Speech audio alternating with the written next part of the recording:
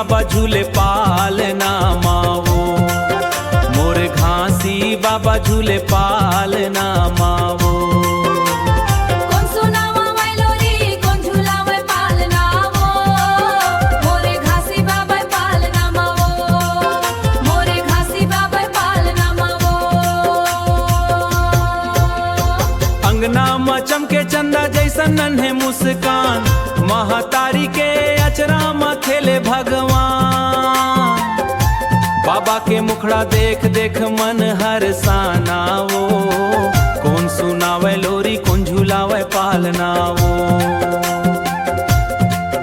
महतारी अमरौतिन गावे मीठ मीठ लोरी, तो सोजा मोर लालना कह के भर दे गोदी।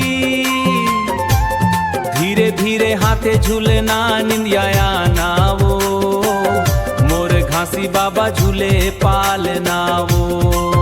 मोरे घासी बाबा झूले पालना मावो, मोर घासी बाबा झूले पालना मावो।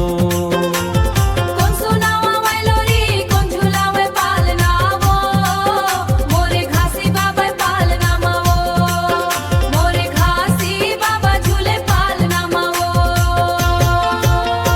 पिता महबूदास जी हंस हंस दुलार करे, नन्हे पाँवला चुम चुम आशीष भर दे। माटी के आंगन माँ सूखे फूल खिलाना वो, कौन सुनावे लोरी कौन झूलावे पालना वो। कभू हंसे बाबा कभू तोतला के बोले, घर भर खुशियाँ गूंजे सबके मंडोले। देवता मन घलो आके फूल बरसाना वो, मोर घासी बाबा झूले पालना मावो।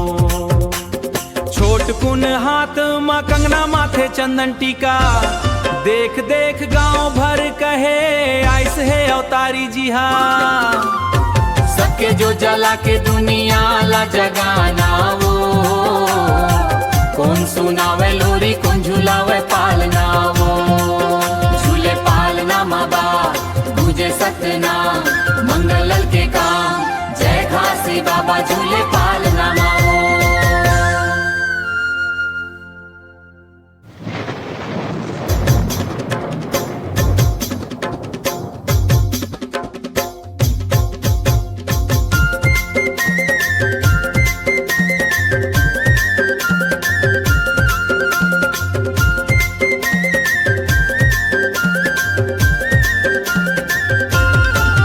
मोर घासी बाबा झूले पालना मावो, मोर घासी बाबा झूले पालना मावो।